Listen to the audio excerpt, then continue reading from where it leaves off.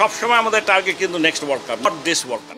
13 September 2022 BCB সভাপতি নাজমুল হাসান পাপনের কয়েকটি কথা দেশ জুড়ে হইচই ফেলে দেয়।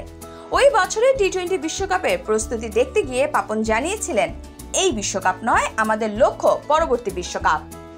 এখনো বোর্ডের সর্বময় কর্তা পাপনই।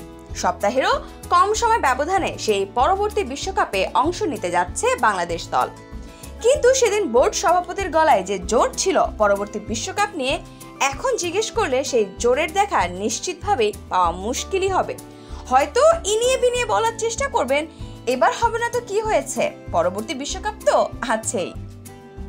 সেই পরবর্তী বিশ্বকাপ আর কখনই আসে না বাংলাদেশের ক্রিকেটে, যে কারণে প্রশ্ন উঠেছে বাংলাদেশ কবে জেতার লক্ষ্য নিয়ে বিশ্বকাপ খেলতে যাবে।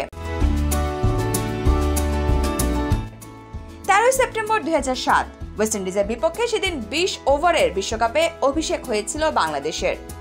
সেই ম্যাচে Chris Gayle, Dwayne Smith, Dwayne Bravo, Ravi রামপলদের ওয়েস্ট ইন্ডিজকে রীতিমতো উড়িয়ে দিয়েছিল টাইগাররা।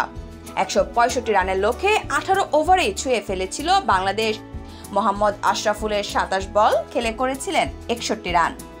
সেই জয়ের পর বলাবলি করা হচ্ছিল টি-20 ফরম্যাটটা বাংলাদেশের মতো উদীয়মান শক্তির দলগুলোর জন্য, কিন্তু যত দিন গড়িয়েছে ততই সে দাবি ফিকে হয়ে গিয়েছে। জয় দিয়ে টি-20 বিশ্বকাপে অভিষিক্ত বাংলাদেশের পরের পারফরমেন্স রীতিমতো আটকে ওঠার মতোই। 2007 বিশ্বকাপে আরো 5টি ম্যাচ খেলার সুযোগ পেয়েছিল বাংলাদেশ, একটা ম্যাচেও ন্যূনতম লড়াই করতে পারেনি। 2009, 2010 ও 2012 পরের 3টি বিশ্বকাপে তো জয়ের মুখই দেখা হয়নি দলটির, পেরোনো হয়নি গ্রুপ পর্বের চৌকাঠ। 2014 সালে প্রথম রাউন্ডের নামে বাছাই পর্ব চালু হলে সেবার জয়ের দেখা পায় বাংলাদেশ। সেই আসরেও চূড়ান্ত পর্বে 4 ম্যাচ খেলে জয়ের দেখা পায়নি টাইগাররা, উল্টো সঙ্গী হয়েছিল প্রথম পর্বে হংকং এর মতো দলের কাছে হারের লজ্জা।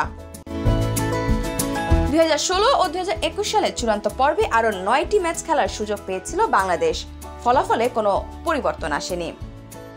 2022 সালে এসে চূড়ান্ত পর্বের জয়ের মুখ দেখে বাংলাদেশ দল, সেটাও নেদারল্যান্ডস, জিম্বাবুয়ের মতো তুলনামূলক দুর্বল দলের বিপক্ষে। সর্বশেষ সেই আসরে আরো 3টি ম্যাচ খেলেছিল, যার সবকটিতেই হেরেছে দেশ। যদি বাছাই পর্বের মুখোশে প্রথম রাউন্ড বাদ দেওয়া হয়, তাহলে টি-20 বিশ্বকাপে বাংলাদেশের পারফরমেন্স ঠিক এমন: 30 ম্যাচ, 3 জয়, 27 হার। ছোট্ট এই পরিসংখ্যানই বলে দিচ্ছে টি-20 ফরম্যাটটা কতটা দুর্বোধ্য বাংলাদেশের জন্য। অনেকের ধারণা আসন্ন বিশ্বকাপে এর চেয়েও লজ্জাজনক কিছু জন্ম দিতে পারে বাংলাদেশ দল। টেস্ট খেলুড়ে দেশ হিসেবে আন্তর্জাতিক ক্রিকেটে প্রায় 2 যুগ কাটিয়েছে বাংলাদেশ দল। জনপ্রিয়তার দিক থেকেও বিশ্বের অন্যতম সেরা, আর্থিকভাবেও বেশ শক্তিশালী বাংলাদেশ ক্রিকেট বোর্ড, সুবিশাল ফ্যানবেস তো আছেই। তবুও বাংলাদেশ ক্রিকেট দলের পারফরমেন্সের গ্রাফটা যেন সেই 2007 সালে সীমাবদ্ধ আছে, যার মাঝে 7টা বিশ্বকাপ খেললেও এখনো এইটুকু সাহসও দেখাতে পারেনি যে আমরা বিশ্বকাপ জেতার লক্ষ্য নিয়ে অংশ নিচ্ছি।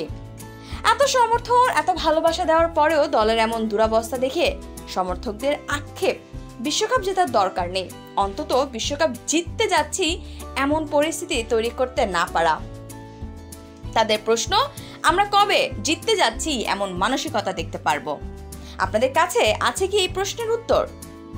কমেন্ট বক্সে জানাতে পারেন টি-20 বিশ্বকাপে বাংলাদেশের পারফরমেন্স নিয়ে আপনাদের ভাবনা। ধন্যবাদ।